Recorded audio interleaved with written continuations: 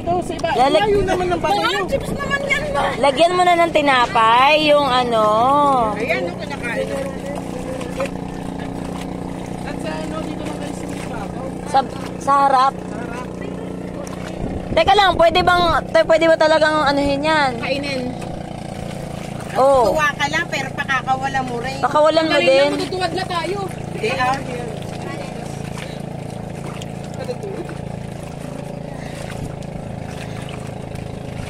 Damihan mo ito. Lagyan natin kaya mo. Oh, lulog. Bakit mo ba yung Di ba doon daw nilalagay yung tinapay sa net para puntahan? Lagyan mo ng pabigat yung net mo. Oo nga, dapat may pabigat yan. Isang ano, the bottled water. Bottled water.